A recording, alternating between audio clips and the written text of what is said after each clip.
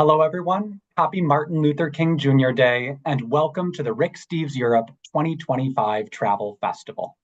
Whether you join us here every Monday night for Monday Night Travel, or whether you're joining us for the first time this January for this special festival, we are glad you're here.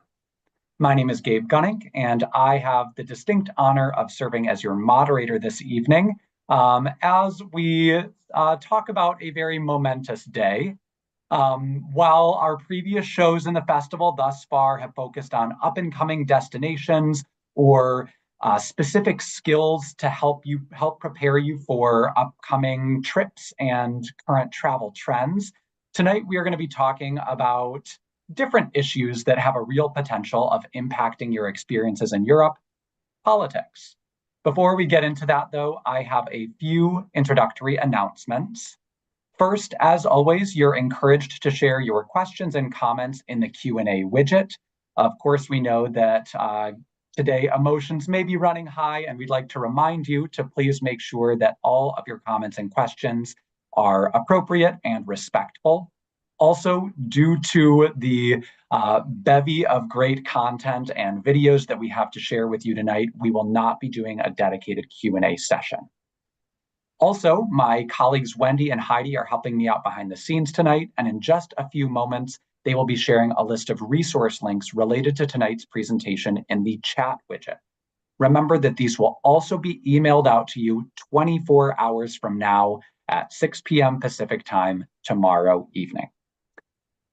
Also, I would like to remind you, I'm going to pull up our schedule here because we are just a little over halfway through our festival. And here we go. There it is. All right, here is our festival schedule. So we are on the Monday the 20th for our Inauguration Day special. I'd like to remind you that you can find recordings for the previous 4 shows on the Travel Festival webpage. There's a link on the same webpage where you signed up, where you can view the past shows. You can also find them on the Rick Steves Travel Talks YouTube channel. And then we have 3 more nights of shows on Tuesday, Wednesday, and Thursday that we hope you'll join us for. And if you like these virtual travel festivals, I have good news. The travel events continue every Monday night on Monday Night Travel, where you can learn about destinations across Europe and beyond. Also, if you are curious about our Rick Steves Europe tours, we have a special session just for you. Our next Rick Steves Europe Tours 101 session will be on February 6th. You can sign up for that via the link in the chat widget. Finally, each night of this travel festival, we have a different daily travel perk giveaway. Tonight, we are giving away Rick's Travel Manifesto, Travel as a Political Act, and you can submit your name. You can enter through the link that is in the chat widget. Just click to that form and submit it by 6:30 p.m., and we will announce the winner toward the end of the show. All right, with those announcements out of the way, I am now going to turn things over to one of the most thoughtful travelers that I know and our director of content here at Rick Steves Europe, Cameron Hewitt. Cameron, over to you. Thank you, Gabe. Thanks for those very kind words, the kind introduction. Welcome to all of you. It is Inauguration Day. It is also Martin Luther King Day, so there's a lot going on today. And when we were planning the travel festival that Gabe was just telling you about, we realized that this day was right in the middle of that schedule. And, you know, we really pride ourselves on being a values-driven organization. And so rather than sort of gloss over the fact that this was a momentous day, we thought, let's tackle it head on, but let's tackle it thoughtfully. So what I want to say is tonight, our goal is to have a thoughtful consideration of the fact that we have a new president and his words and deeds are going to have a big impact around the world. We're going to be hearing from lots of European voices, different people that we've interviewed that we can all gain some perspective from. I also want to stress this is not an evening of Trump bashing. If you're worried about that or if you're looking forward to it, that's not what we're here for. If you'd like to do that, I'm sure you'll find plenty of willing participants over on Twitter or Blue Sky. But we really want to keep this thoughtful and kind of high-minded and really live our values of being good global citizens and thinking about the U.S.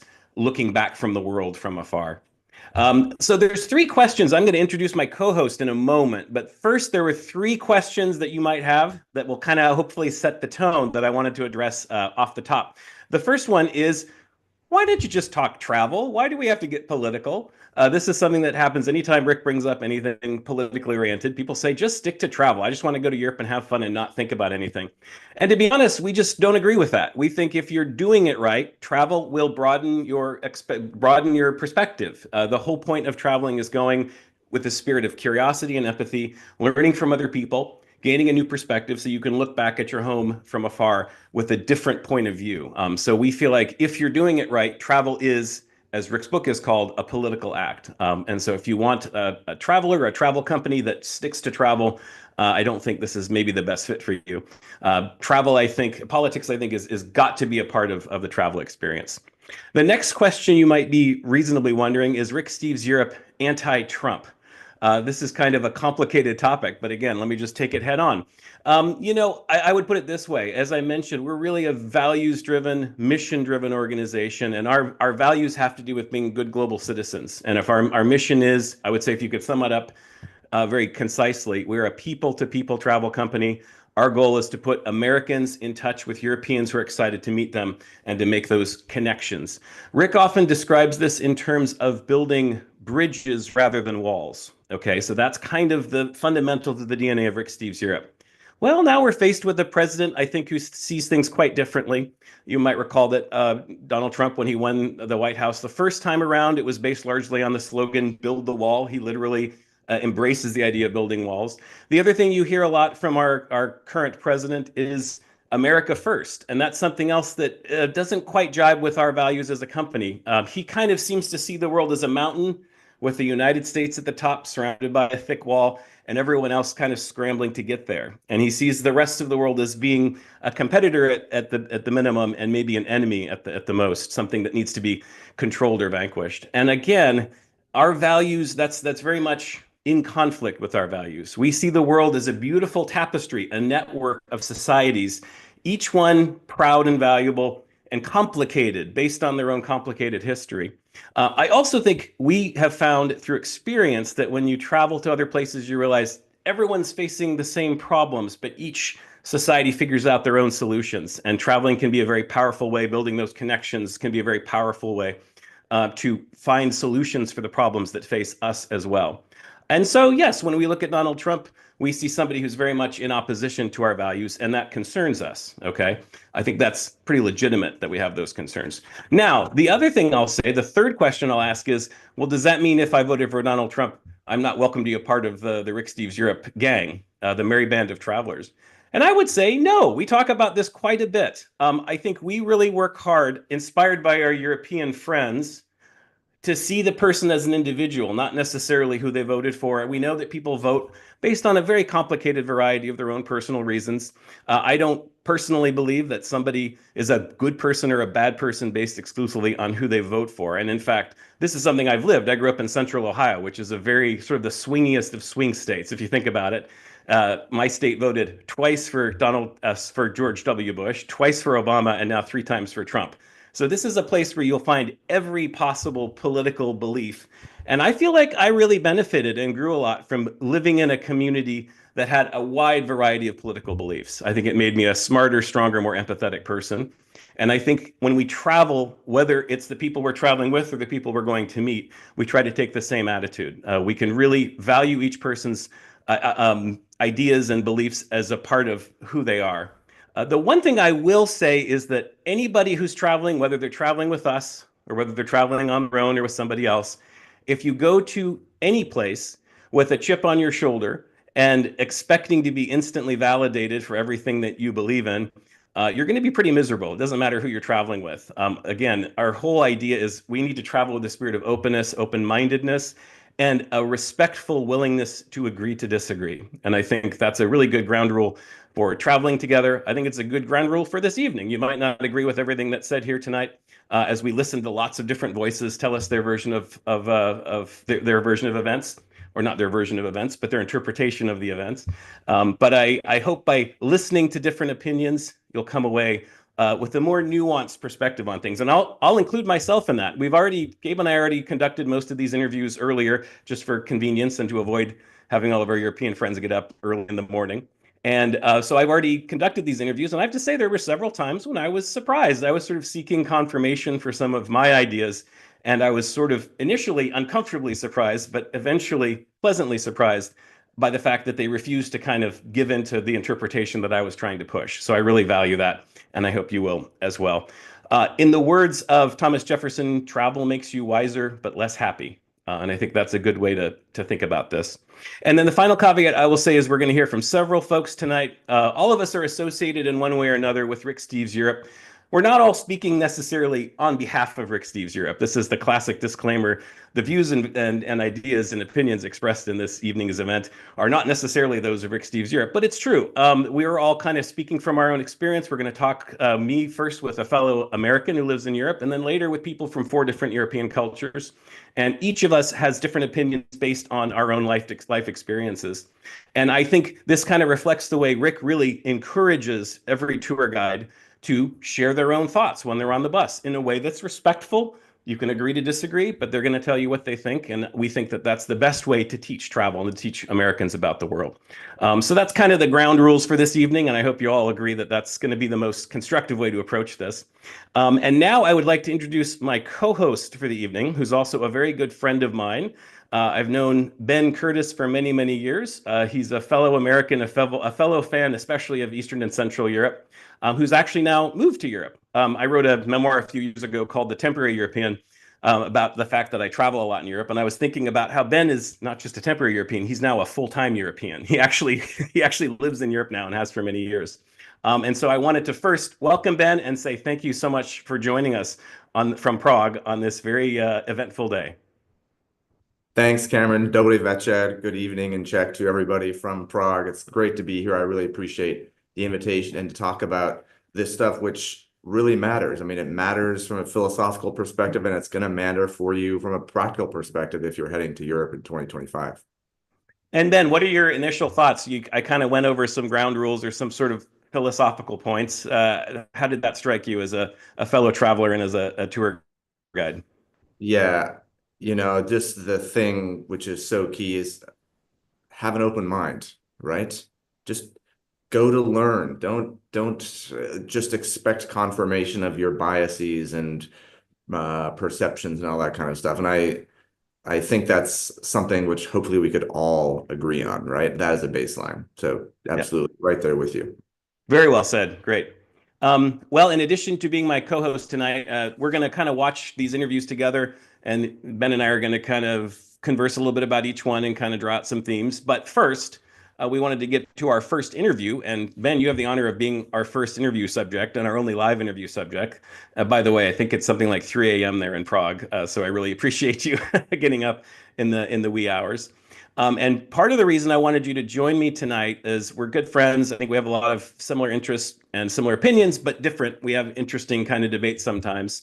But in particular, you're kind of here, at least in this interview phase, because you're an American who's now living in Europe. And I think that gives you a unique perspective. So tell us a little bit about yourself, your background, your time living in the US, and how basically what took you to Europe. Yeah. Yeah, well, I'm a kid from the Denver suburbs, grew up in Colorado, lived a bunch of places in the US, and the last place I lived in the US was Seattle. And that's where kind of when people over here ask me where's home, even though I grew up in Colorado, really Seattle is my roots, I would say now in the US. But I've lived in Europe now for about 10 years. I lived at various points in my life in Europe, kind of during university and then graduate school. And always felt weirdly at home here and kind of had as a goal for a long time to move back to Europe at some point. So I did about 10 years ago and putting down roots here now. And I mean, home is actually Prague, right? Sometimes people think, but where's home? Home is here now, right? So Prague is home. It's nice to have that feeling of transplanting and then finding that you feel at home in a new place.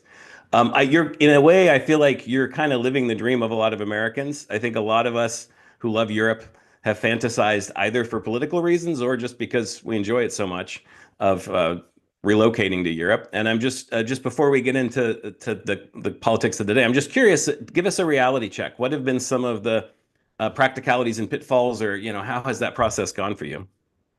Yeah, the key practicality that most North Americans have to sort out is if you don't already have an EU passport or European passport, is how long can you stay, right? And different countries have slightly different rules on that, but in general, you get 90 days and 180 days. So you've got to sort out how you can remain legally. And some countries it's easier than others. I mean, one reason why quite a few North Americans come to Prague and the Czech Republic is because the Czechs make it relatively easy. I mean, they have a pretty open attitude and say, like, look, do you have a criminal record? No. Can you support yourself economically? Yes. Do you agree to pay your taxes here? Yes. Then, okay, you can come. But so that's the dream of I'm just going to go live in Europe meets the hard reality of, okay, what does that look like legally? So you have to sort that one out. Yeah, and I know you and I have talked off and on over those 10 years, and I know it took a while to sort of sort that out, but it's been worth it, it seems like. I should mention you're also a political scientist. Tell me a little bit about your CV and there's another reason why you're a good person to be sharing your thoughts this evening. Yeah, so I have a PhD in political science and was a university professor for more than 10 years, teaching a bit of European history, but also kind of geopolitics. And nowadays, besides my work leading tours for Rick Steves and doing guidebook research for Rick Steves, I have my kind of still sort of academic research analysis side of things where I do that kind of work for governments and international organizations and that kind of stuff. And I will say that even sometimes tonight in our conversation, I will put on my social scientist hat and talk a little bit as a political scientist, because I hope that there's some value in that perspective of, like, there's opinions, but then there's facts and there's rigorous research around some of the things we're even going to be talking about tonight. And I admit to my bias, like, okay, you can have your perspective, but let's look at where there's rigorous research. Excellent. And yeah, you're exactly right. That's partly why you're here, is to put on that political scientist hat. Now, speaking of which, now that you're living in Europe and you're an American looking back on the US, just give us your take. How do you feel about the events of this last election and the events of today, from sort of that European perspective? Yeah, I mean, democracy is really important to me, right? And uh, all the things that go into democracy, rule of law, for example, as minimal corruption as possible, accountability of leaders, free and fair and regular elections where people have a chance to say whom they want to lead them. And in my view, some of those things are insecure in the United States right now, not only in the United States, but there's a lot of developments in the Western world today, which I find, frankly, kind of scary, because they don't seem to support a democratic society that can actually say, yeah, we've had enough of that leader. We'd like a different leader now. And so I'm hoping those trends don't play out further in the US. Yeah, and to be clear, you're not just talking about the US. This is, you and I No. have talked about this. This is a global trend, including in a lot of European countries. Absolutely. Yeah. So, and speaking of which, I guess I would ask sort of, how has moving to Europe and looking back from that perspective, has it changed your view of this, or how has it kind of made you see things differently? Yeah, I mean, it does put it in perspective in that, I mean, as we will talk about, and as even our the other interviewees we'll hear from will kind of reaffirm that the issues, problems in the US today are widely shared. They are in almost no way unique to the US. And so, not living in the US right now, I don't know what, say, the mood is, particularly of progressive people, but there's a possibility that the mood is like, the sky is falling on us. Well, actually, the sky is falling, depending on how you look at it, in a lot of different places. And that could be cause for, greater despair or panic. But there's also potential solidarity in that, right? And a way to work together with other people around the liberal democracies of the Western world to say, like, well, let's push back against anti-democratic tendencies. Yeah, very well said, very thoughtful. And I guess just to wrap this up, and this will all come out sort of over the course of the evening, but off the top of your head, do you have any particular advice or guidance or tips, as it were, for Americans who are heading to Europe in this new kind of political reality? Yeah, we'll talk about this at various points, but one thing I will say is that in my experience, um, it's pretty common that Europeans think they understand the US, but they don't really, right? Many people here maybe have been to the US once or twice. Where do they go? New York and California, maybe. They form some opinions. They consume media, news, Hollywood, and they get this image of the US, which it is not uncommon in my experience that they will confuse the image they have of the US for the actual thing or the actual situation. So I have this kind of conversation with Europeans fairly routinely that, well, how you perceive the US is not actually necessarily how it is, right? And there are very common European stereotypes about Americans, which, I mean, probably everybody listening or has heard them before, that there's this European snobbery. Americans are obese, gun-toting, clueless about the world, and these kind of overweight, violent hicks. And look, there's a little bit of truth maybe in that, but it's also an unfair stereotype. And as travelers, as Americans coming to Europe, that's where it behooves us to be ambassadors and to push back against the kind of ignorant stereotypes. Yeah, very well said. It speaks to the value of travel, for sure, for mutual understanding.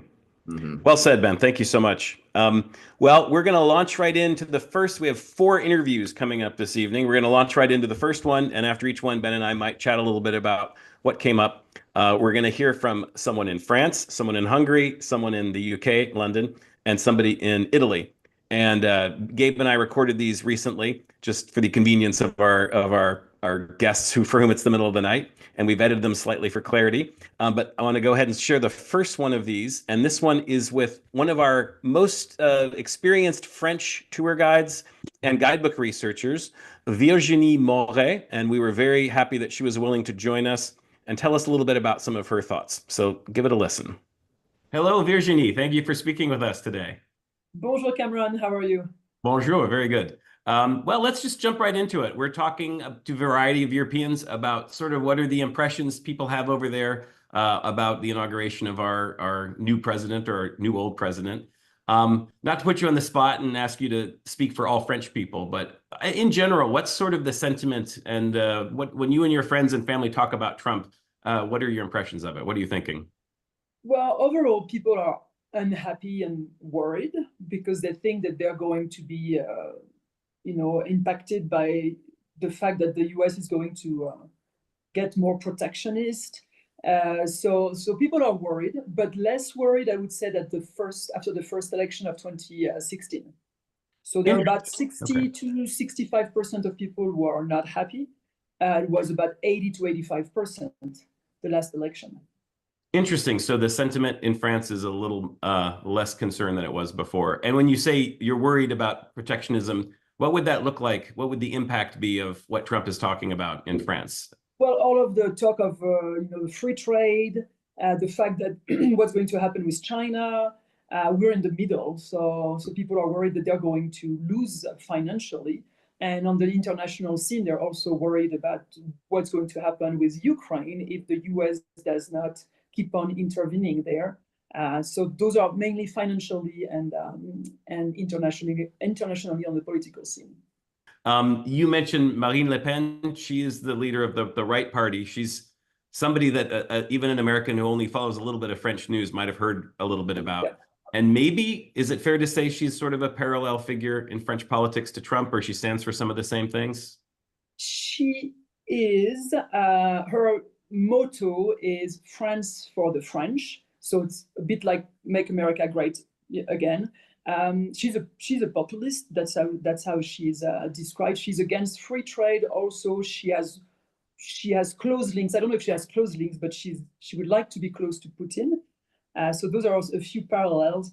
But unlike Trump, I would say her dad, Jean-Marie Le Pen, who just passed away a few days ago, was more like Trump in the fact that he had speech that were very blatant and very shocking to many people. She's made the extreme right party that we call the Front, well, we no longer call it the Front National. She actually changed the name of the political party to become more mainstream. So she's a professional politician. So that I would say that's a big difference with Trump. Because I think a lot of the people watching are Americans, and they're thinking about going to Europe, thinking about going to France. And I will say personally, I've traveled a good bit in France, and I have never found it to be the case that I felt unwelcome as an American. I'm actually kind of perplexed where that came from, because I find myself feeling more welcome in France than a lot of other countries. But I know that that idea persists. Could you tell us a little bit about where you think that might come from, this idea that the French don't like Americans? Yes, of course. The big difference is that we are a very formal culture. If you don't use basic keywords that we teach young kids from the age of 2, basic words like bonjour, excusez-moi, all of those formal phrases that you don't use in the US. A good example is you could go to a store in the US and just say, excuse me, where is this place, blah, blah, blah.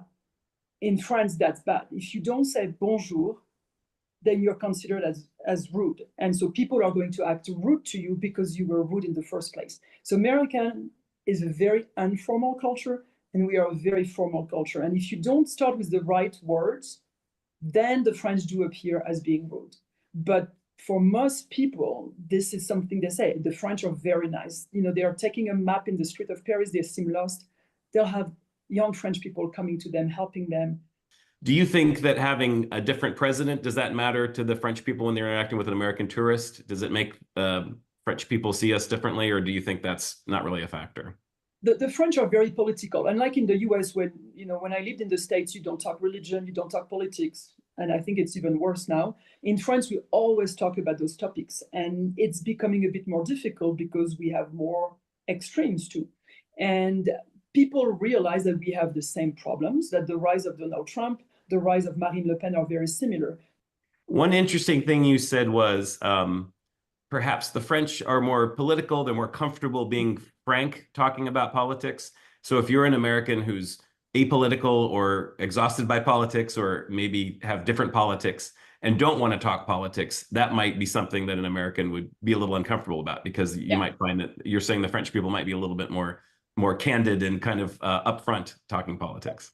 Oh, exactly. They would ask you, so what do you think about Trump? They would really ask you for your opinion, because in French education, we learn to debate about those things. I mean, we had the Age of Enlightenment, and we all study philosophy in high school, where it's okay to disagree. Unfortunately, I would say until about 5-10 years ago, I used to say it's okay to disagree. And we're seeing what you're having in the US, the polarization. We're having the same thing now. So I know that in the US, some people at Thanksgiving, they're just like, let's not even go there. In France, it used to be fine. And we're seeing the trend in the US. Let's not talk about this, because now people disagree so much, there is no middle ground. It sounds like you benefited from having sort of one foot in each culture. You lived in the US, did you tell me, for 11 years or so? Is that right? Yes. Mm-hmm. Wow. So you really understand Americans from a French perspective, and France maybe from an American perspective. Yeah. I guess to wrap things up, is there anything, because of this ability you have to sort of see both ways, do you have any final advice or final thoughts for American travelers as we sort of enter this new political era? I think, what Rick always says is just like, try to be open to other culture. My favorite phrase from Rick is, if something is not to your liking, change your liking. I think what you need to do when you go to a different country, it won't be like home, whether it's the size of your hotel room, the food that you're eating, and the people you're meeting. And as long as you're ready to listen to them, so I think it's a good exercise, whether you're pro-Trump or not Trump, because you might be anti-Trump and you're facing someone who is pro-Le Pen in France because she's almost at 50% of the votes. Then it's just good to listen to them, because we all have the same problems. We're all human beings on the same planet. And I think he just listen and talk to people and try to break that idea that you cannot talk politics because it's conflictual. It's actually it's actually good because we understand more about the other culture, and there's no country that does things better or worse than the other one. I think so. That's the experience of just traveling. Excellent. That's perfectly said. I really appreciate it. Thank you so very much for joining us and sharing your wisdom. And happy travels in 2025. Merci beaucoup. Happy travels to you too. Merci to you. Au revoir.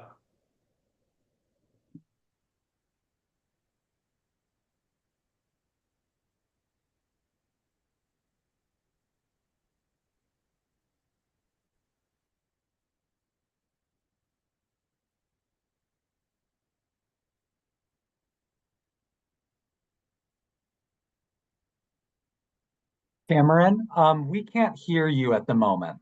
Sorry about that, folks. I was Okay. muted for a second. Ben, I was going to ask you. One of the things that I thought was interesting is the question of what is it that Europeans are actually concerned about when it comes to Donald Trump. And she mentioned a couple of things. I think they might be some different things than what Americans who aren't supporters of Trump would be worried about. She mentioned some of economic policies, protectionism, tariffs, and so forth. And the other was Ukraine, which, of course, Europe is really right next door to the conflict in Ukraine and worried about what that might happen. Would you mind telling us a little bit more from what you know of interacting with Europeans, what some of the concerns are?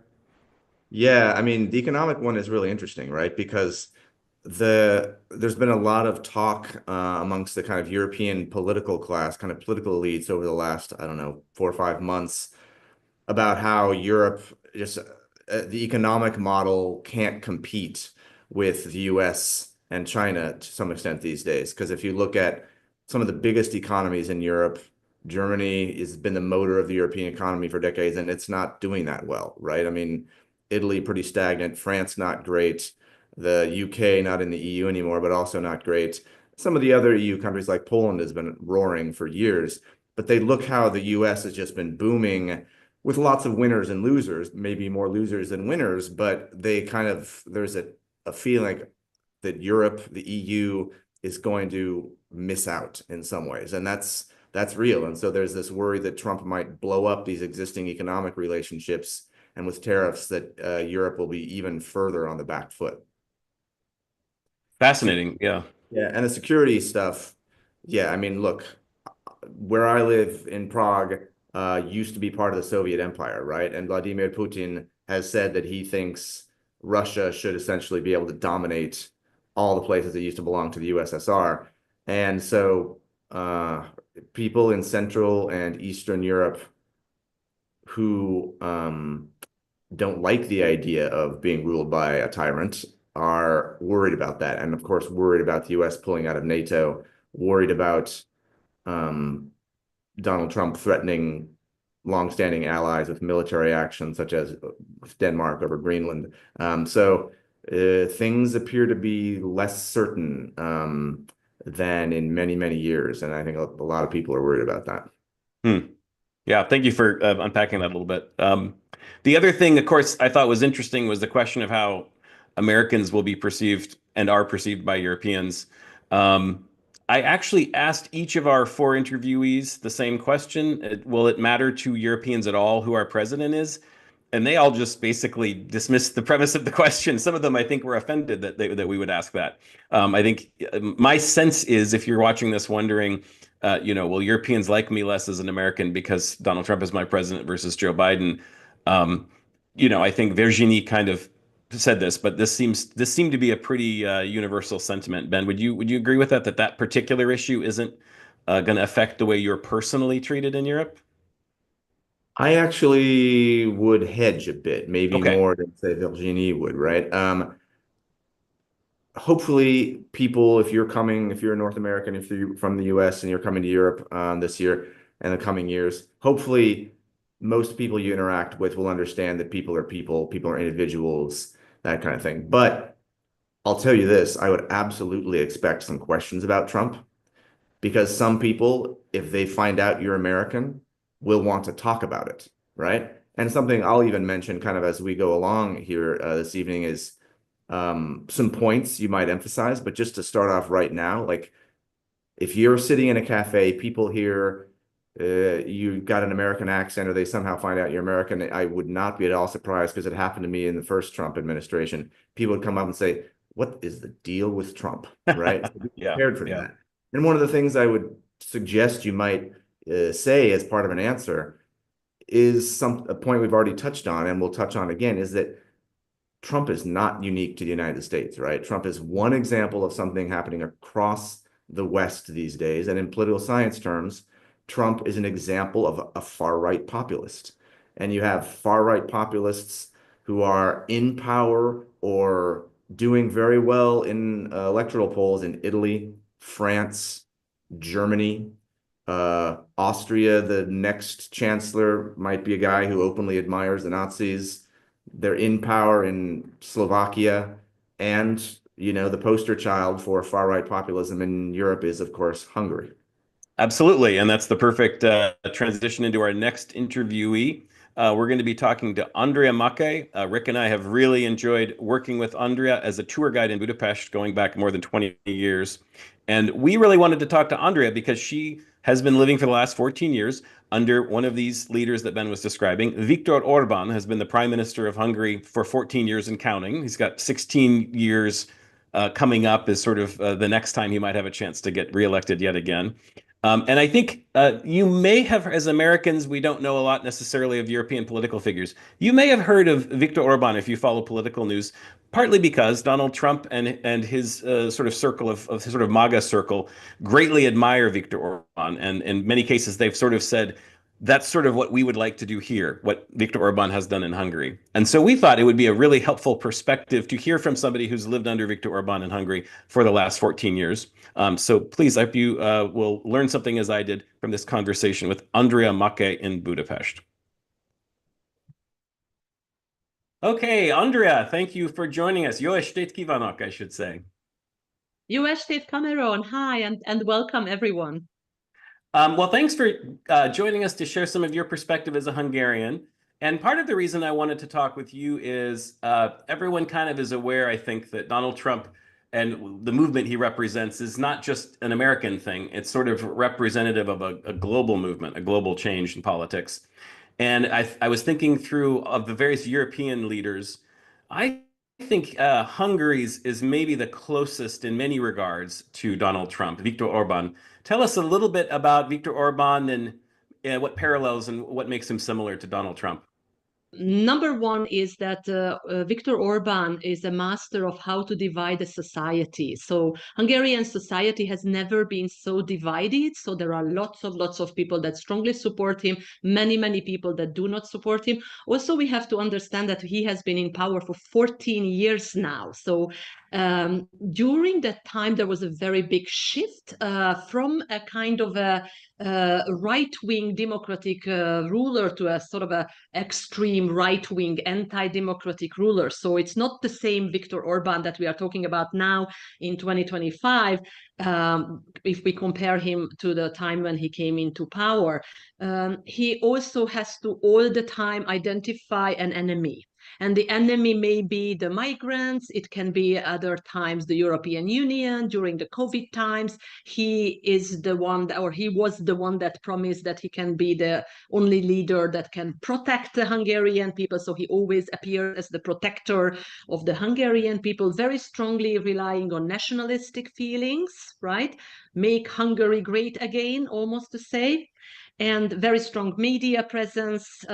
Also the kind of fake news expression is something that we know a lot about. And the whole thing is backed up by an enormous amount of money that basically is fueling the supporting corrupt officials and companies. So, Andrea, I'm guessing from your remarks that you are not a supporter of Viktor Orban politically. Yes, that's absolutely the case. Yeah, and I'm thinking 14 years. I mean, for us here in the U.S., if there's somebody out here watching who's not a supporter of Donald Trump, we had 4 years and then 4 years of Biden. Now we're entering another 4 years.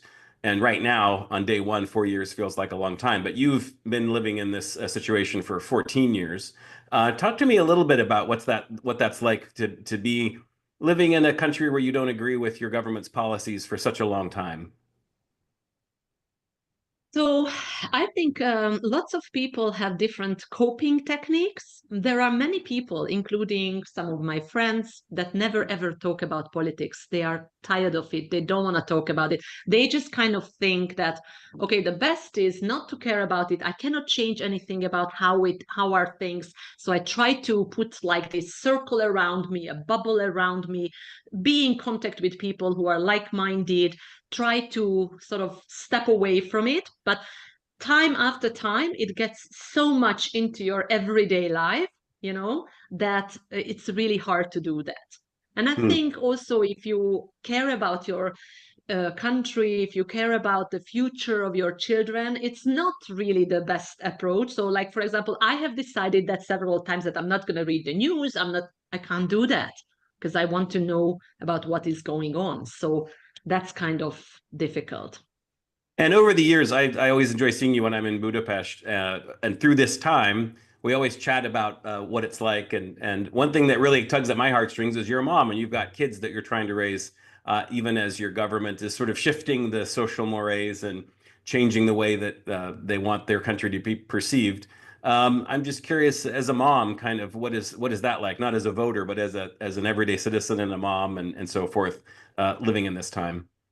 Yes, I mean, this is absolutely a very, very valid question. And of course, my concern, my daughters are 15 and almost 19 years old. So they are absolutely, they absolutely understand the world around them in our home, in our house, in our environment. It's never a taboo topic. I mean, they know about what is going on. And what I could do for their future as a mom was basically that now they are both in high school and they are not studying in the, let's say, state public system, but they go to private schools. And I kind of think that that's an investment from our side with my husband, because basically it's an investment to their future, because I don't want them to learn the kind of narrative what the government dictates, because it's really creeping into the educational areas as well. Let me ask you a difficult question. Knowing what Hungary stands for politically, for a lot of, I've had this question from American travelers, and they look at what's going on in Hungary and they say, this really doesn't reflect my personal values. And people have asked me, is it actually appropriate, if you are someone who doesn't believe in what Orban is doing, is it an appropriate thing for a person to travel there? I have my own thoughts on the issue, but I'm curious, as a local, how would you respond to Americans who wonder, what's it like ethically for an American who doesn't believe in a lot of the things Orban stands for to travel to his country? Yes, I mean, if we kind of make this question reverse, then it could be also easily something that we could say that, okay, now from after 20th of January, nobody should travel to America because of the Trump administration coming back. So what I really kind of feel that on the long run, it helps the country also to overcome these difficulties, because I mean, of course, to simplify it, but when I say, okay, if nobody would come to Hungary, which is a wonderful country otherwise, because of the current government, then it would certainly not help, because it's important that people come, they experience, and then also we don't become like an isolated country. And so that's what I feel. Of course, I am familiar with that kind of approach, that people would just say, I don't want to spend my dollars in a country which is like an anti-democratic country. But again, I think it's very important that politics and the people are not the same things. Do you have any other thoughts, any final words of wisdom for Americans who are thinking of traveling to Hungary, especially in this new kind of political reality? So basically, as a guide, I mean, I meet so many Americans, and that was basically what happened during the previous Trump administration. That, of course, when this kind of topic came up, lots of times visitors were saying, almost apologized for what is happening over there in the U.S. And I kind of think that basically when they are here, they have nothing to apologize for because we are absolutely in the same shoes. Well, Andrea, as always, every time I chat with you about this, I learn new things, and I so appreciate your candor and your expertise. So thank you so much. Köszönöm szépen, and hope to see you this year sometime in Hungary. Yes, you are very welcome, and all the best to all of you. And I hope to see many Americans this year in Budapest and in Hungary. I hope so too. Thank you so much. Take care. Take care. Bye-bye. Bye. Okay, Ben, that's Andrea's take on Viktor Orban, and he's really very close to where you are. I guess first, do you have any thoughts on how she described it and sort of what he represents as a part of this international movement? Yeah, I mean, like you say, he's admired, I guess, by some people on the MAGA right. But it's funny. I completely share Andrea's perspective on should you go to a place like that? And maybe it's because, you know, if you're talking on this program right now, we're just inveterate travelers. But for me, the bar of would I not go to a country because of its regime, the bar would have to be incredibly high, right? Maybe I'm an outlier. I don't know. But like, would I go to North Korea? Yeah. Would I go to other odious regimes? Would I go to Russia right now? Yeah. Is it probably a good idea to? No. But I would. And the reason is because I want to learn, right? I mean, as we said, we have this image of these places and we get it through the media and through our own presuppositions and stereotypes.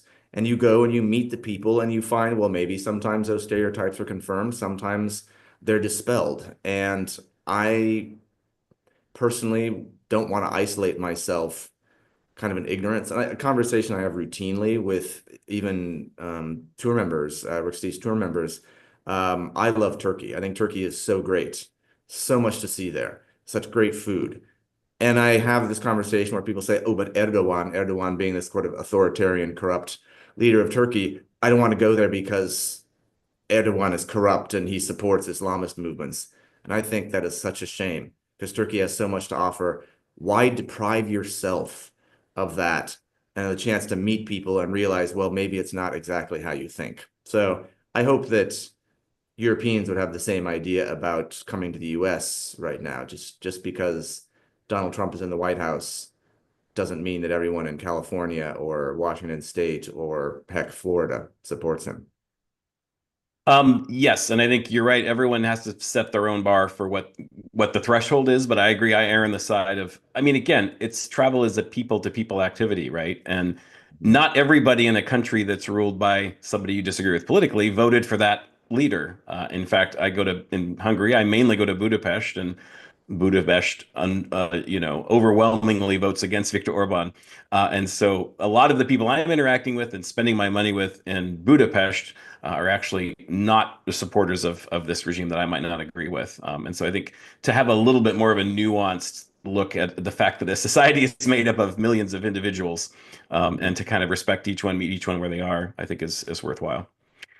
Gabe, you're keeping an eye on the chat. I'm going to check in with you because we're kind of at the midpoint of our interviews. Anything emerging that people are curious about or topics that you want us to address before we carry on?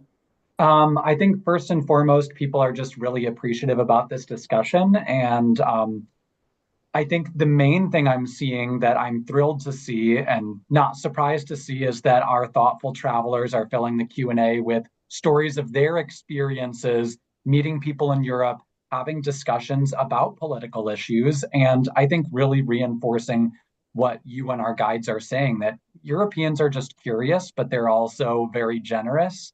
I think if there's any kind of spin-off question from that, I think, our travelers, they're so thoughtful and they want to inform themselves and be able to have those conversations.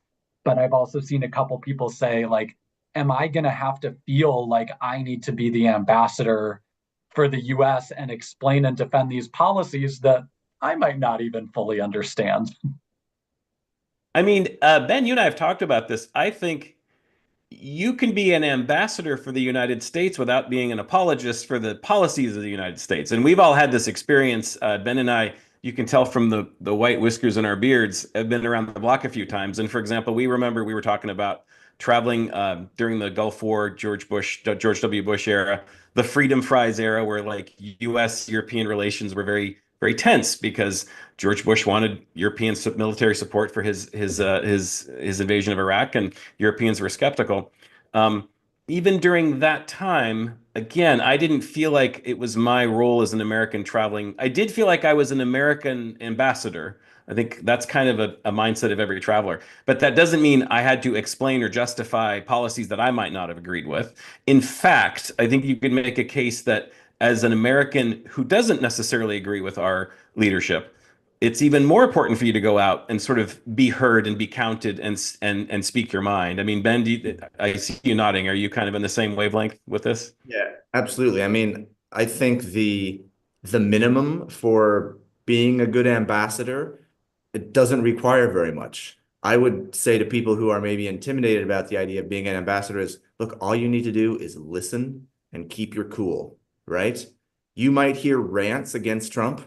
You might even hear rants in favor of Trump. And who knows, you might also encounter some kind of reasoned discourse for or against. And all you need to do is listen and keep your cool. You don't have to do more than that. And take the risk of learning something from a different point of view. Yeah. Mm-hmm. Good. Well, thank you, Gabe. And I appreciate Yeah. all of you who are participating in the chat. And I wish we had time for a full-blown Q&A, but as you can see, we've got a lot going on tonight. And we just wanted to do a couple check-ins like this and see how things are going. So. Well, thank you. And I'll say to everybody in the Q&A, keep sharing your stories. It's been really fun to read them. And I'll turn it back to you, Cameron. Great. And we're going to head into our next interview. And we feel like you can't really get a full view of across the pond unless you talk to someone from the UK. So we thought about our friends over in Britain and decided to talk to Tom Hooper, who's a very experienced Rick Steves tour guide. And he shared with us his thoughts from his side of the pond. And let's see what he had to say. All right, Tom, hello. Thank you so much for joining us today. Hi, Cameron. How are you? Very good, very good. Well, as you know, we're talking with several folks from the other side of the pond here about the new Trump administration, and kind of curious to take the temperature of different parts of your side of the Atlantic. So let's just jump right into it. Off the top of your head, what are the British or your personal impressions of our elections and today's inauguration? Well, the British impressions are going to be a wide spectrum, I'm afraid. I have asked a few people as a result of this interview, not necessarily people who knew the answers they'd give. And there has been an element of caution about this. And for some people, there's been an element of, oh, this can't happen. But I've also found others who cautiously support what's happening. Of course, we both, your side and our side, have entered new territory. We have 14 years rule of conservative right-wing, an election last July, a decisive shift to the left. So Labour have a majority of, an extraordinary majority of 163 seats in Parliament above, beyond the other parties. So we've moved one way, in a sense, you've moved the other. Neither of us, however, live in a society where we feel we can control things. And I think the British are extremely concerned as to the consistency of some of the things that the new administration might do or not do. There is a tendency in politics here and with you for politicians to say one thing and not necessarily do it at all. But I would add to this, I do not think Britain was over surprised with the result. Possibly how decisive it was. I think it was thought to be on a knife edge here too, but I don't think they were over surprised with the result. And why is that? I think with us, we've had one or two shocks and surprises before. That of course, being a reference to 2016 with the Brexit referendum. And I think that probably was quite a shock for many people that that could happen. Certainly a shock to the government. And we'd already had this election in July, which I think people expected to move left. But 163 vote majority is a heck of a swing. So we were perhaps more used to the possibilities of these things, I think. So in every society, the pendulum swings. It just so happens we're swinging currently in opposite directions. I agree with you, by the way. In 2016, two things happened, one on your side and one on our side. Brexit came in the summer, I believe. And I remember we were pretty shocked. We were very surprised as Americans, at least speaking of those of us at Rick Steves Europe. We were thinking that was probably a non-starter. And I remember that summer and fall, we kind of thought, well, that kind of took everyone off, by surprise. Who saw that coming? And then we got a surprise of our own in November. In those halcyon days, when politics were discussed on coaches, that summer 2016, there was tremendous reaction about Brexit. But I distinctly remember tour members also saying, well, this is such an unexpected result for them that they wondered what might happen the following November. If you were paying attention, it might have been a harbinger of sorts for absolutely what was coming our way. Yeah. What I don't think people realized then was the polarization of politics that was going to take place. And to some extent, that's absolutely the case here. And there are people who are right of Genghis Khan and people who are left of communism. And the possibility of marrying such a wide church is mind-boggling, really. So your sense is on both sides of the Atlantic, the polarization has been similar, where you're seeing society really split. I think we're very much both in that, and we're also both definitely in a world where there is a weapon, and that weapon is misinformation. Yes, I think the Brexit campaign. My recollection is even those who sort of supported it to some extent were a little surprised by the extent of the misinformation on the Leave side. And I think misinformation's been a big factor in some of our recent elections, and a lot of talk about the impact that might have had on our elections here just a couple months ago. Yeah, and it continues to be here with almost every subject on the political agenda. And there used to be this quaint expression, fake news, which drifts out, and in comes this direct word lies these days. And in this country, it would be slightly unusual if someone apologized for a lie. Well, sort of to wrap things up, I mean, considering what you've been saying, which I agree, that our societies have a lot of parallels and we might be on different tracks at this very moment, but there's certainly a lot of similarities. Do you have any wisdom as Americans enter? We're sort of on day one of Trump round two. Do you have any wisdom from your experience across the pond, from your perspective, of what people might have in mind as they go through the next 4 years and are traveling and so forth? Well, first I would say the importance of traveling is still there. It is key to understanding the world, to understanding cultures, to understanding ourselves. All that still remains and is vital. And the second thing I would say, don't panic. That's, I think, the key. I think today in particular, there are people who would appreciate those sage words. I think that's very reassuring. Good. Well, thank you again so much, and I really appreciate your time, and I hope to see you soon over in the UK. Yeah, thank you, Cameron. It's good to speak to you again. All right, bye-bye. Okay, interesting stuff. Well, Ben, I don't know whether it's reassuring or depressing that big, huge pendulum swings in politics, big surprises in elections, and misinformation and polarization are very international phenomena, apparently. We're not the only ones suffering through that. Yeah, and what's the way out of that quagmire? Boy, well, maybe we'll talk about that shortly. But yeah, it is a situation many people find themselves in these days. I thought it was interesting. Tom reminded something. I mean, he brought up something we've been talking about the whole time, which is the importance of travel, the idea of being kind of an ambassador. When you're a traveler, you're an ambassador. It makes you the world a better place. It makes you a better person.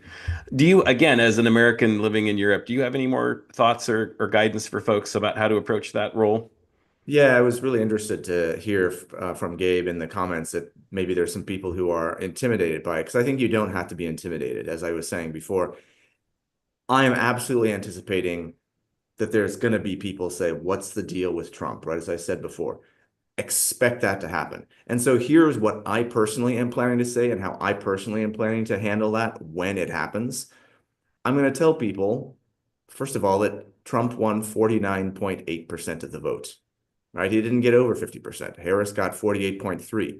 What this means is it was not a landslide victory, right? There are many, many Americans who don't support Trump. I would tell someone who asks me that, first of all. I'm also planning to say that, look, something that the Europeans often might not understand, the electoral system in the US was designed in the late 1700s. Being very generous, you could say it has its quirks. Being a little bit tougher, I would say it's not an easy argument to make that the US electoral system is actually fit for purpose in the 21st century. And the point of all this is that the electoral system is partly responsible for Trump's victory. And then the last thing I would say, and I have to say this routinely in conversations with Europeans when we sort of get into what's the deal with the US, is to remind people that the US is incredibly heterogeneous. Obviously, we're talking Alaska to Florida, Hawaii to Maine, right?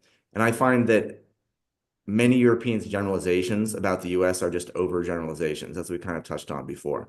So I always try to point out that the US is much more diverse and complicated than the picture people might have of it. So what I'm planning to do is remind people of those couple facts, remind them that a lot of the news they read about the US is bad news, but there's beautiful and wonderful things about that country. I always like to say, yes, there's a lot of trouble, but I also appreciate how incredibly dynamic and diverse the US is. So I personally will offer one, thing that I happen to love about the United States and the society there. And then also what I'm planning to do is to say, thanks for the conversation. I would love to just be here and be right now and not think about that anymore. So just kind of a nice with a smile, say, happy to answer your question, but let's then talk about something else. Well, thank you. You've kind of equipped us with a framework for that conversation. And I agree with you totally that, it's funny. We're talking about the European response to Trump, which of course is problematic in and of itself. Europe is not monolithic. We've got different viewpoints represented even here tonight. And the more you travel, the more you're going to encounter people who have all sorts of different views. And the US is not monolithic. And I think that's something important to remember on both sides of this conversation. We've got one final interview, and then we're going to wrap things up. This interview is with Virginia Agostinelli, who's one of our most senior Italy guides. She also does guidebook research, and she's someone I always learn from when I talk to her.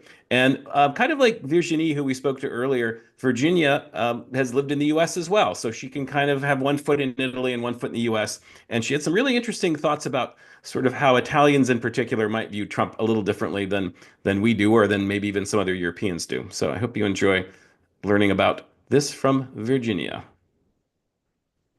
Oh, hold on one second.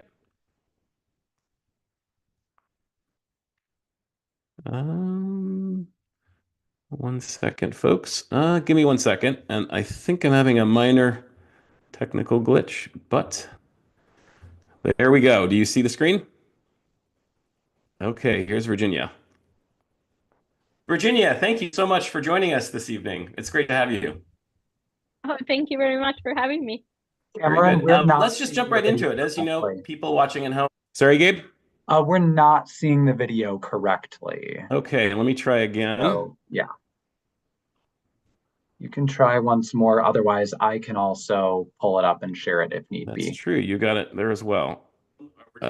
Give me 1 second, folks. Okay.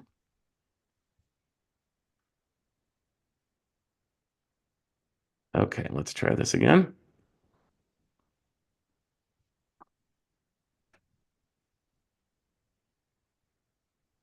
All right. Is this working for you? Virginia, thank you so much for joining us this evening. It's great to have you. Oh, thank you very much for having me. Very good. Let's just jump right into it. As you know, people watching at home, we're trying to learn a little bit about European perspectives on the second administration of Donald Trump. Just off the cuff, off the top of your head, what's the general sentiment within your community within Italy about what are the feelings people have about Donald Trump as he begins his second term? Well, there was some sort of surprise element when the results came out. I don't think Italians were expecting a second victory of Trump, but at the same time, we're living through a similar situation. So currently, our prime minister was also elected with a very big surprise of part of the population. And so overall, I think they're not shocked. But it wasn't, I wouldn't use the term fear overall. I think people are they're curious, they're surprised, they're shocked sometimes of some of the statements. For instance, the statement about Greenland, the statement about Canada is the 51st state. At the same time, they looked at it with curiosity, like they don't take it for granted, but they try to read behind the lines and see what that means. And the Italians have been used to that style of doing politics even before Trump, with Berlusconi or with other politicians that make a claim, and then all of a sudden they make the exact opposite claim, even with Meloni. So you're saying that to Italians, Donald Trump's style, which is a little bit unusual for the US, is a little more familiar maybe to Italians. Italians maybe are a little more savvy about realizing that just because a politician says something, there might be other intentions behind it. It might not be taken completely seriously. Yes, that's exactly what I'm saying. I think Italians are more prepared. They don't trust their political class. They probably never have, unlike in the US, but Italians probably never have since the 1980s or so. But the sense of skepticism, in a way, has prepared Italians not to be so shocked at what's currently going on. So let's talk about this. I know you lived for quite some time in the US. Remind me where you were and for how long. I was in Seattle for about 15 years. Wow, so great. Quite a while. So I think that's why I thought of to talk to you this evening, partly is because I think you have one leg in Italy, of course, but you also really understand Americans. And I think you're getting to something that I'd never thought of that is really interesting. Just the way that maybe Italians versus Americans approach politics in general, because we've become very politicized in the US. I think we still have a lot of apolitical people here, but I think people are very attuned to politics. They take it very seriously. And I think what you're maybe saying is Italians are a little more detached from it and a little more skeptical about it. Can you, am I on the right track? Maybe talk a little bit more about that. Well, in the case of Italians, my perception since I've been back is that Italians have lost all hopes, I would say, in their political system. There are very few figures in politics that are still well respected.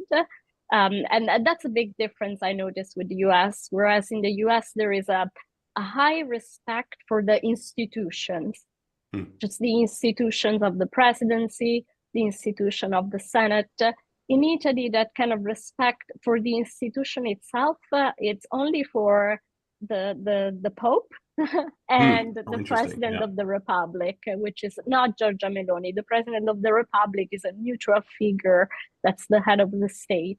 So I don't want to put words in your mouth, but I've heard other Europeans when they're describing Americans in terms of our political situation with words like we're very optimistic, we're very idealistic, maybe sometimes we're a little naive from a European point of view, and maybe that's part of why it's very shocking what's going on for some people watching Trump kind of subvert the institutions that you just mentioned. We've always had a lot of respect for institutions. Maybe it's a little bit of a loss of innocence for us Americans. Does that sound right to you based on your experience sort of in both cultures? Yes. I think I think you read perfectly my words. I don't know if I would use the term naive. In fact, Okay. I think overall Italians have they admire that genuine trust that Americans had in their political institution. They admire it because they themselves had lost it a long time ago. So they genuinely admire that. But I think there is a shift right now in what's going on in the US, and Europeans are just observing because they understand that our futures are so connected.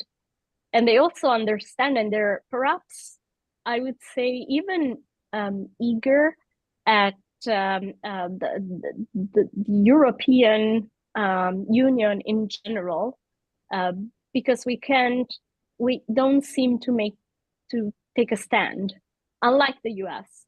Whether we like where the US wants to stand or not, on one side or the other, on one issue or on the opposite side. But Europe, it's always so diplomatic. And that, I think it's frustrating for a lot of Europeans too. You know, the word sometimes is applied to Donald Trump and leaders like him, strongman, you know, the idea that if you have a very strong leader, they can just force things to happen. And you're saying it's sort of the opposite of the European Union, where everything has to be negotiated and discussed to death, and there's a lot of concerns about diplomacy. So maybe there's something a little bit alluring in some ways looking across the Atlantic and seeing America having elected a leader who has promised to take strong action without worrying too much about all the repercussions. Maybe there's deep down there might be something that's appealing to Europeans about that. I think so. I think even for speaking for myself, just observing what goes on here in Italy, but also in the European Parliament, I am frustrated too about the fact that we never seem to take a position. You know, whether I agree with that position or not, it doesn't matter. Europe always seems so diplomatic and so condescending in some way in all sorts of directions, and that makes me frustrated too. I'm even if I may not agree with all the positions that Trump decides to take, but there is some sort of admiration for the fact that the US always takes a position. Virginia, thank you very much for joining us. This was fascinating. I really learned a lot and really appreciate your insights. And I hope to see you sometime soon in Italy. Thank you very much. Thank you for having me. All right. Bye-bye. Hello, Virginie. Thank you for speaking with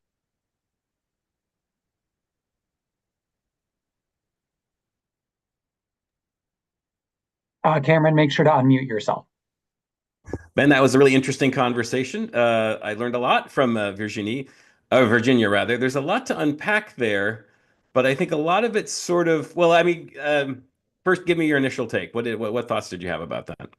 Yeah, there is a lot to unpack. We could spend an hour just talking about some of those themes. I mean, one of the things I would pull out is Virginia was talking about kind of faith in institutions and trust, right? And comparing the US to various European societies. And actually, kind of this here's where I put on the political scientist hat, that Americans' trust in government or political institutions is right now near historic lows, right? Depending on which survey question you look at, around 20% of people trust the government to do, quote, what's right most of the time.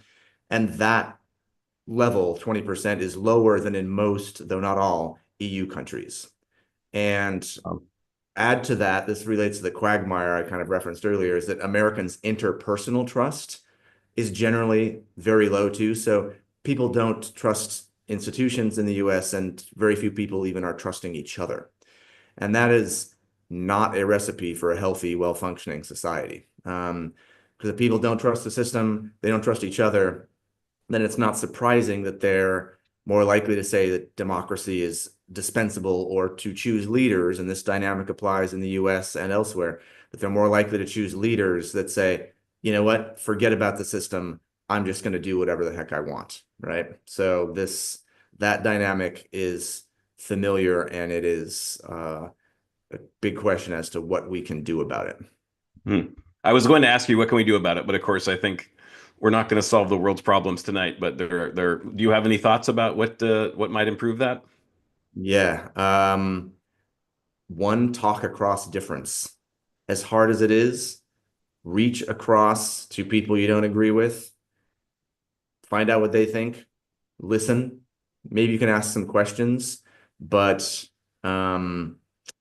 yeah, trying to repair some of the broken fabric of just interpersonal trust and relations in the US is something that we can all attempt to do even on our own individual and kind of neighbor level. It's easy to say, but it's hard to do. And I think it sort of circles back to what we were talking about at the beginning, which is respect that people have political differences, but everyone has complicated reasons why they vote the way they do, and we can all agree to disagree respectfully. Let's broaden the conversation out. We're kind of wrapping up our interview segments. Is there anything that has come out that you haven't had a chance to weigh in on? Any final thoughts on any of the 4 interviews? Yeah, I mean, I think it's such a great variety of perspectives that we've had. And I guess I would say to people who are listening, watching, like, think of these as just different perspectives. And this is going to be important going forward too. Like, nobody's got the truth. Nobody has necessarily the right answer. I mean, I still believe in facts. I believe in verifiable and falsifiable facts, which are also maybe on the wane in some quarters. But gather data points, help them inform your own perspective. Just listen to different people, and be willing to reconsider your own assumptions. And I hope that in our conversations here tonight, we haven't only reinforced people's biases or assumptions, but maybe given you some food for thought about, well, actually, maybe this is not quite how I assumed it was. Absolutely. And I mean, that was part of the goal. We want to hear from as many voices as possible. And from each one, you'll take away, hopefully, some kernels of wisdom that you can take with you on the road this year. I guess to wrap up, if you're looking for practical advice, if you're traveling to Europe this year and you're wondering how to approach things now that we have a new political reality, Ben, I mean, I think we've talked about, first of all, remember that to be a good global citizen, and remember to be an ambassador for the USA, which doesn't mean necessarily advocating for the positions of the US, but showing the people that you interact who you are as an American, which may jibe with what Donald Trump represents, or it may not, or probably it's a combination of the two. Be ready for people to ask you questions, and perhaps pointedly. I thought Virginie in France gave us sort of said, hey, that's the French style. If you want to go to France and don't want to talk politics, kind of tough. You're going to be asked.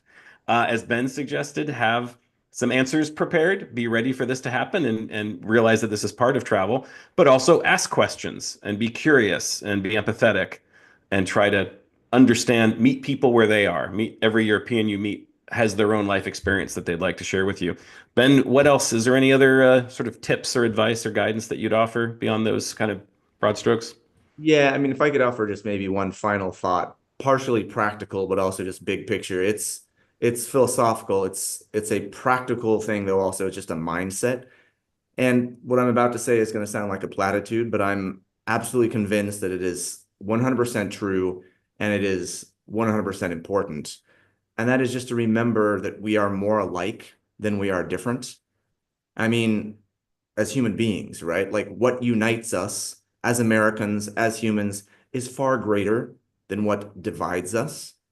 And one reason why I think this is so important today is because some people are afraid of difference, right? And in the United States and many other Western countries right now, there's a lot of political actors who are exploiting the fear of difference to win or hold power.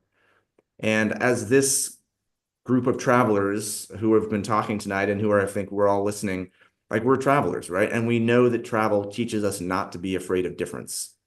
And it can teach us what we can learn from difference, while at the same time teaching us how much we have in common. So as a mindset, my suggestion to people is, yeah, as you said, Cameron, empathy, make an effort for understanding, but not only when you're in Europe, also when you're at home.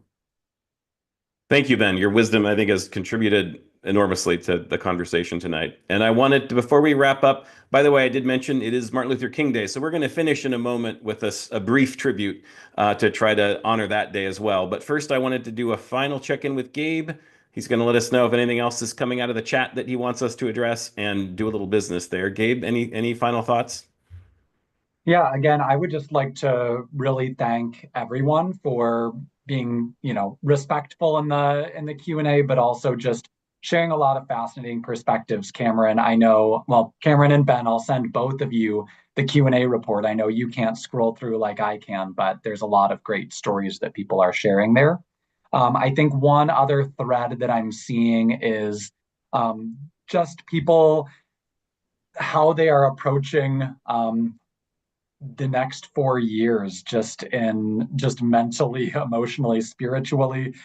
Some people saying they, and again, I want to acknowledge we have a variety of opinions here tonight, but for people that feel like us, that we want to live in a society that builds bridges other than walls and sees the next 4 years as an administration that will not be doing that. Some people saying they just want to hibernate for the next 4 years, or maybe I'll move to Europe. And then I also see some people saying, nope, I refuse to give up hope. And I think regardless of how people are feeling, they agree that we have to focus on what we can control. And I think you two have given people a lot of great insights and very kind of specific tools that they can use to have productive dialogues. Great. Well, and I wanted to say thank you to Gabe. He was very instrumental in making all these complicated arrangements. He was helpful in recording all of these interviews. And also, he's been spearheading our entire 2-week travel festival. So great job, Gabe. And thank you for everything you do, from hand-holding in the chat all the way up to planning these complicated events.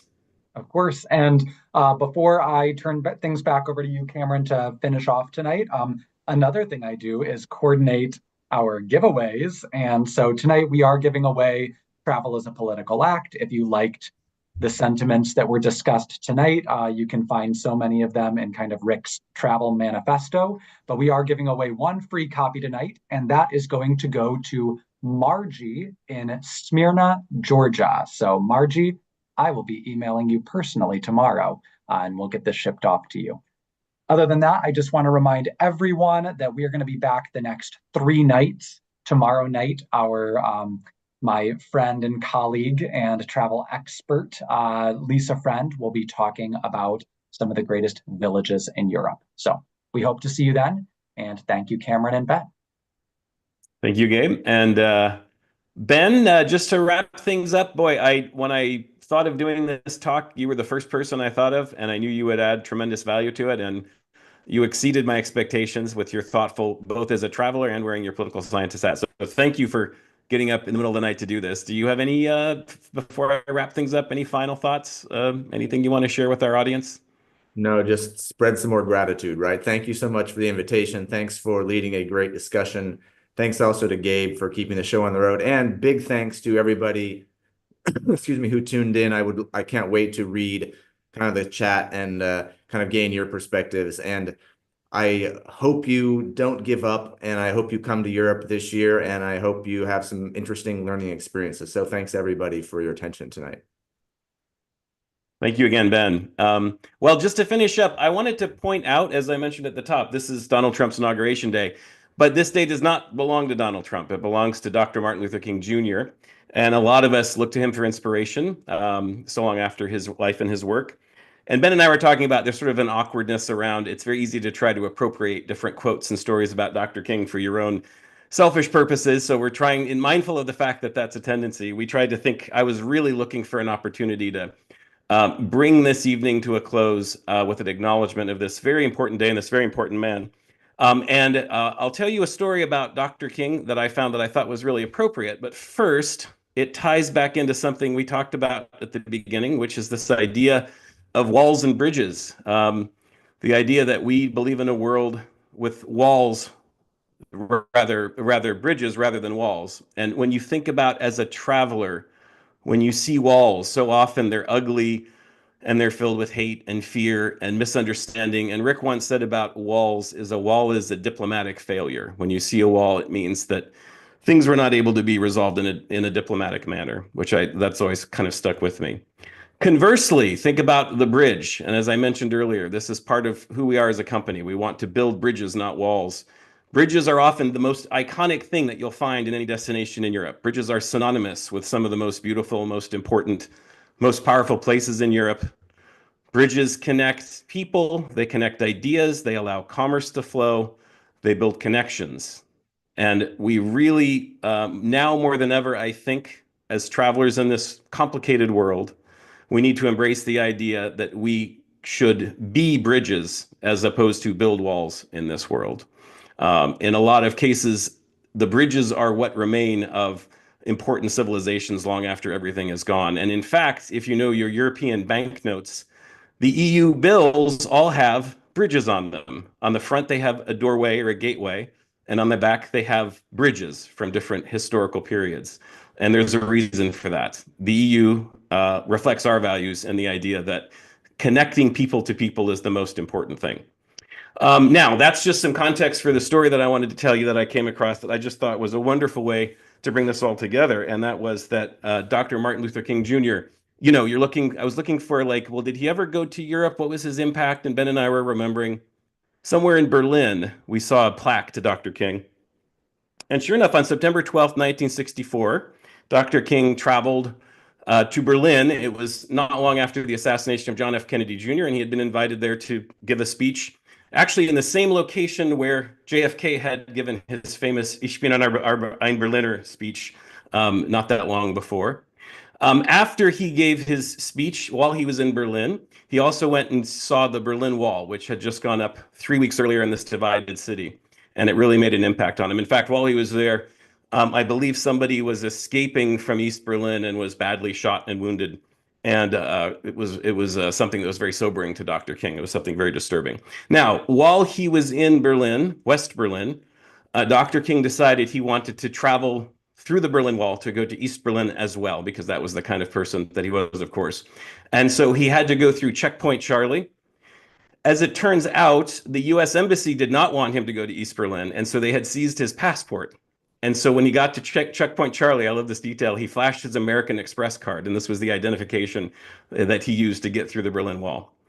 And across the Berlin Wall, he went to 2 different churches. This was now late at night in East Berlin. This was, of course, in communist East Berlin. This was a place where the communist authorities were actually destroying and detonating churches. It's an atheistic regime, and a few remained open because they were historic. And Dr. King gave his speech that he had given in West Berlin. He gave it in 2 separate locations in East Berlin as well.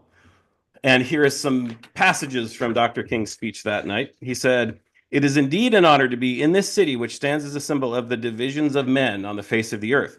For here on either side of the wall are God's children, and no man-made barrier can obliterate that fact. There is no east, no west, no north, no south, but one great fellowship of love throughout the whole wide world."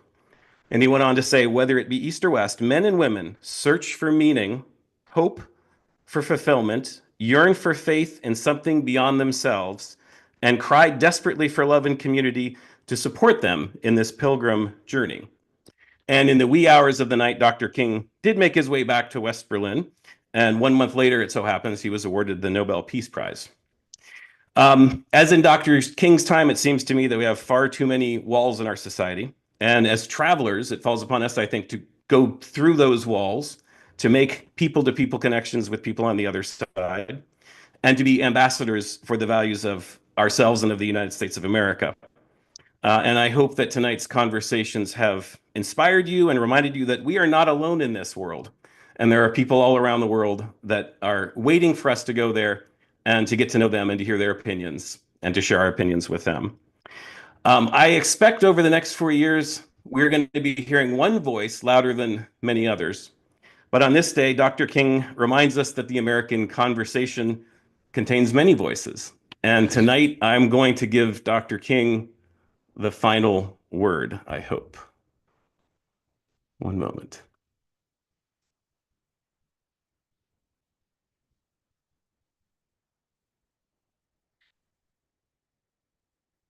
Even though we face the difficulties of today and tomorrow. Cameron, can you restart the clip and share the slide? It is a dream deeply rooted in the... Sorry, Gabe. Can you reshare the clip and share the slide? Then Sure, thank you.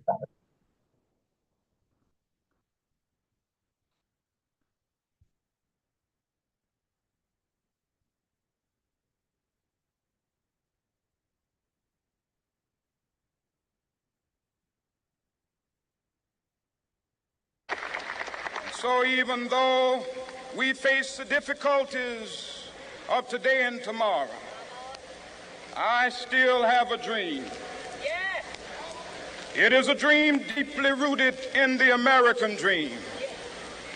I have a dream that one day this nation will rise up and live out the true meaning of its creed. We hold these truths to be self-evident, that all men are created equal.